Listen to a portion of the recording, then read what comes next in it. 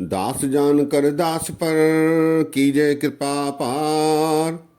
आप हाथ दे राख मोहे मन करम बचन विचार।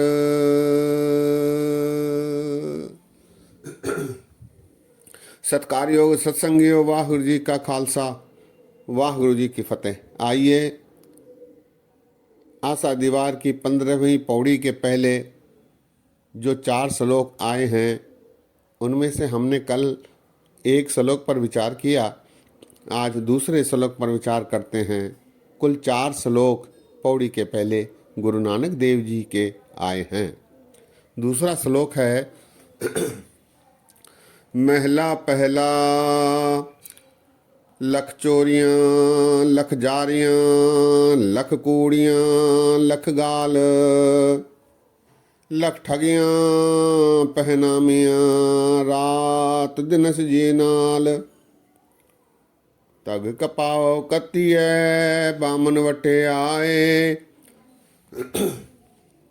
कह बकरा रिन खाया सबको आखे पाए। होए पुराना सुटिए भी फिर पाइए होर। नानक तग न टूटई जे तग होवे जोर।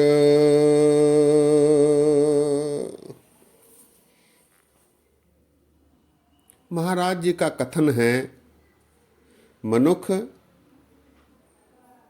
चोरी कर रहा है, यारी कर रहा है, झूठ बोल रहा है, गाली गलौज कर रहा है, लोगों को ठग रहा है, अमानत में खयानत कर रहा है और यह भी दिन रात हमेशा कर रहा है, सदैव कर रहा है।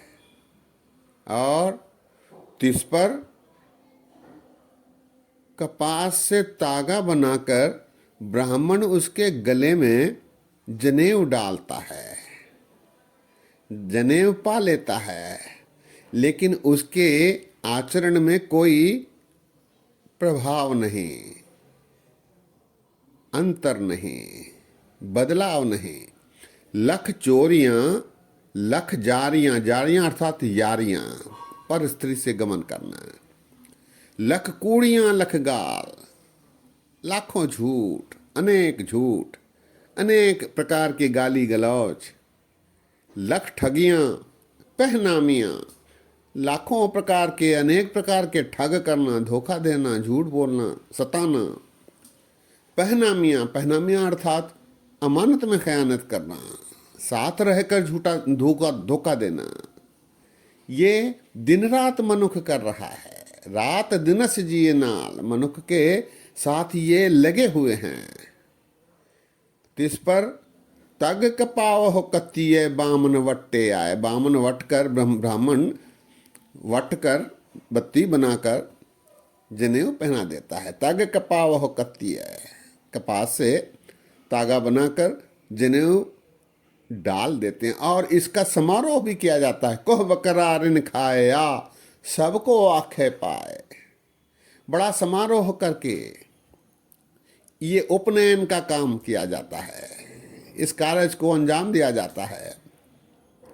कोह बकरा रिन खाया, ये एक शब्द का उपयोग महाराज ने किया है कि बकरा आदि काट कर झटका कर लोगों को समारोह बनाते हुए खिलाया जाता है।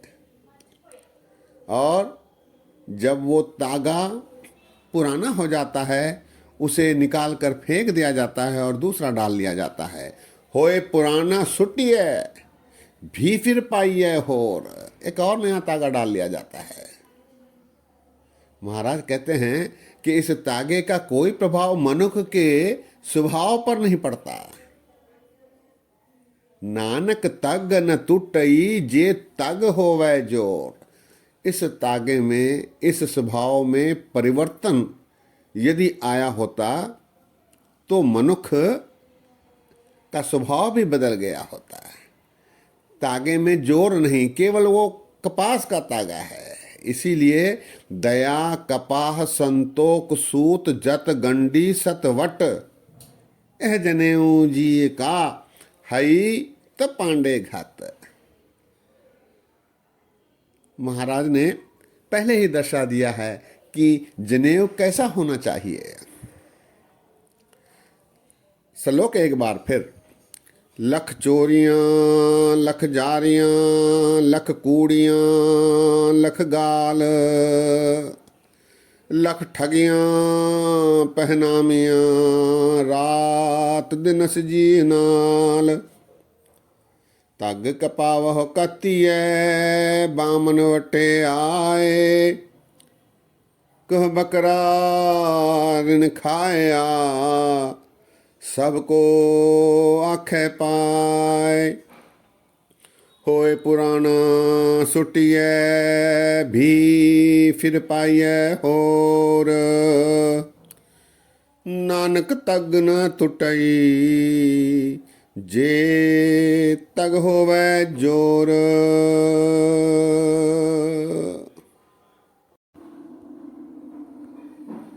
अगले श्लोक में महाराज कहते हैं, महला पहला नाय मन्निए पत उपजय सालाही सच सूत। दरगह अंदर पाइए तगन टूटस पूत। महाराज जी फरमाते हैं, इस कपास के सूत के पहनने से कोई लाभ नहीं मिलने वाला, ये व्यर्थ है, ये बेकार है। वास्तव में मनुष्य को प्रभु पर दृढ़ विश्वास रखते हुए उसकी सिफत सलाह को सूत बनाकर पहनना चाहिए। प्रभु की सिफत सलाह को ही सूत समझकर उसकी सिफती करनी चाहिए। प्रभु पर दृढ़ विश्वास रखकर यदि मनुष्य सिफत सलाह वाली सूत पहने तो उसे दरगाह में आदर मिलता है, और ये सूत, सिफती वाला सूत कभी टूटता नहीं। नाय मन्निए पत उपजय सालाही सच सूत। सालाही अर्थात सिफत करना, यही सच्ची सूत है, यही सच्चा जनेऊ है। दरगह अंदर पाइए तगन टूटस पूत। फिर दरगाह में ऐसा करने से आदर मिलता है, और ये सिफती वाला सूत जनेऊ कभी टूटता नहीं, अटूट रहता है।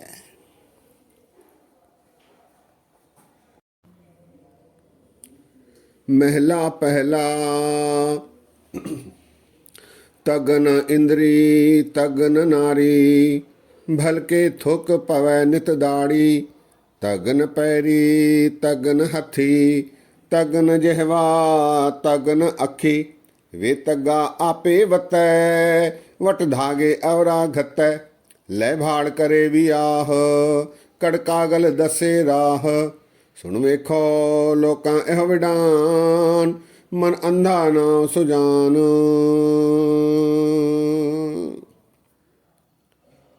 गुरु नानक देव जी महाराज इस श्लोक में दर्शा रहे हैं कि हे ब्राह्मण, तूने अपनी इंद्रियों को तो जनेऊ नहीं पहनाया, तूने अपने नाड़ियों को जनेऊ नहीं पहनाया,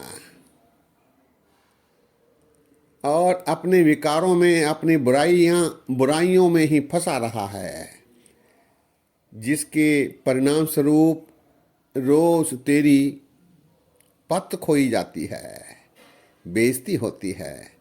तग न इंद्री तग न नारी। इंद्री कहते हैं इंद्रियों को, नारी अर्थात नाड़ियां। भलके थुक पवै नित दाड़ी। यह महाराज उदाहरण दे रहे हैं। यदि किसी की बेइज्जती होनी हो तो उसे मुहावरे में कहा जाता है कि उसके मुंह पर थूक आ गया। यह महाराज कहते हैं, भलके थुक पवै नित दाड़ी। हे मनुख, हे ब्राह्मण, प्रतिदिन, भलके अर्थात प्रतिदिन, तेरी बेइज्जती हो रही है। थुक पवै नित दाड़ी, तेरी दाढ़ी पर थूक पड़ रहा है, अर्थात तेरी बेइज्जती हो रही है। भलके थुक पवै नित दाड़ी। तगन पैरी तगन हथी तगन जेहवा तगन अखी। तेरे पैरों में कोई जनेऊ नहीं पहनाया गया, ना ही तेरे हाथ में कोई जनेऊ है, न तेरी जिह्वा पर ज़बान पर कोई जनेऊ पहनाया गया, ना ही तेरी आंखों पर कोई जनेऊ पहनाया गया। वे तग्गा आपे वत्तै। हे ब्राह्मण, तू बगैर जनेऊ के ही इस संसार में दौड़ भाग कर रहा है। वत्तै अर्थात दौड़ भाग करना, फिरते रहना। वे तग्गा अर्थात बगैर जनेऊ के। वे तग्गा आपे वत्तै वट धागे औरा घत्तै। लेकिन तू दूसरों को जनेऊ पहनाने का बेकार में प्रदर्शन कर रहा है। वट धागे औरा घत्ते। औरा अर्थात दूसरों को जनेऊ पहना पहना कर लोगों को धोखा दे रहा है। ले भाड़ करे वियाह। अपने ही यजमानों को, जो तेरे समर्थक हैं, जो तेरे प्रशंसक हैं, उनसे ही पैसे लेकर उनका विवाह कराता है। ले भाड़ करे वियाह कड कागल दसे राह। और उन्हीं की जन्म पत्री आदि पढ़कर उन्हें भटकाता है, पैसे लेकर ऐसा कर्म करता है। आगे महाराज कहते हैं, सुन वेखो लोका एहो विडान। हे लोको, ये आश्चर्य देख लो, ये आश्चर्यजनक घटना देख लो। विडान अर्थात आश्चर्यजनक। सुन वेखो लोका एहो विडान मन अंधा नाव सुजान। ये ब्राह्मण मन से अंधा है, लेकिन अपने आप को सुजान, समझदार, बुद्धिमान कहलवाता है। श्लोक एक बार फिर। तगन इंद्री तगन नारी भलके थुक पवै नित दाड़ी। तगन पैरी तगन हथी तगन जेहवा तगन अखी। वे तग्गा आपे वत्तै वट धागे औरा घत्तै। ले भाड़ करे वियाह कड कागल दसे राह। सुन वेखो लोका एहो विडान मन अंधा नाव सुजान।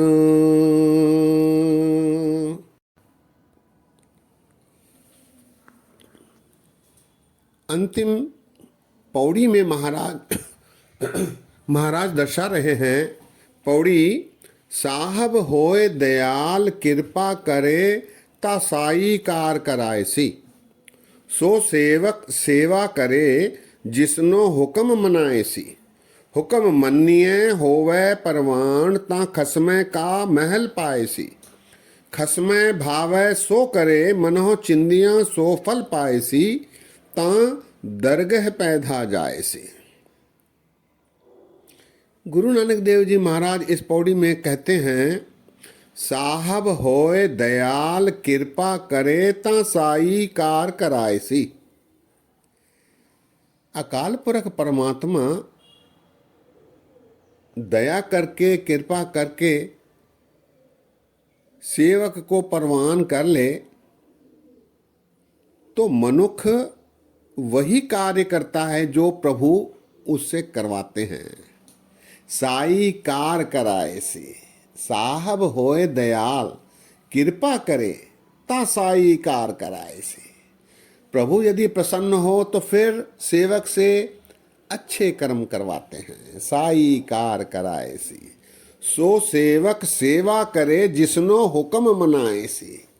वही सेवक अच्छे कर्म कर पाता है जो परमात्मा की सत्ता को स्वीकार लेता है। हुक्म मनाए सी। हुक्म मनाए सी अर्थात परमात्मा की सत्ता को स्वीकार कर लेना। सो सेवक सेवा करे जिसनो हुक्म मनाए से। हुक्म मन्निए होवे परवान ता खसमे का महल पाए से। परमात्मा के हुक्म को सत्य सत्य कर मानने पर ही सेवक की सेवाएं परवान होती हैं और सेवक को दरगाह में जगह मिलती है। खसमे का महल पाए से। परमात्मा के घर में उसका आदर होता है। खसमे भावै सो करे, मनो चिंदियां सो फल पाए से। परमात्मा को जो पसंद है, ऐसे कर्म करने से मनुष्य को अपनी सारी इच्छाएं, सारी ख्वाहिशें उसकी पूरी हो जाती हैं। ता दरगह पैदा जाए, पैदा अर्थात सिरे पाओ, वहाँ उसे सिरे पाओ की प्राप्ति होती है, आशीर्वाद की प्राप्ति होती है। पौड़ी एक बार फिर। साहब होए दयाल कृपा करे, ता साई कार कराए सी। सो सेवक सेवा करे, जिसनो हुक्म मनाए सी। हुक्म मन्निए होवे परवान, ता खसमे का महल पाए सी। खसमे भावे सो करे, मनो चिंदियां सो फल पाए सी। ता दरगह पैदा जाए सी, ता दरगह पैदा जाए सी। सत्संगियों, 15वीं पौड़ी और उसके साथ लगाए गए 4 श्लोकों में महाराज ने तात्कालीन समाज में जो कुरीतियां थीं उनका विश्लेषण किया है। यहाँ किसी व्यक्ति विशेष की निंदा या बुराई नहीं, बल्कि समाज में फैली बुराइयों, कुरीतियों, कर्मकांड, पाखंड, दिखावे का निषेध है। इसीलिए इसे कोई पर्सनल एनिमिटी के रूप में नहीं लिया जाना चाहिए। सत्संगियों, आज ही विश्राम है। बोलते समय अनेक गलतियां हुई हैं, दास को अनजान जानकर क्षमा बख्शो। इतने वचन परवान करो, फतेह सांझी करो। वाह गुरु जी का खालसा, वाह गुरु जी की फतेह।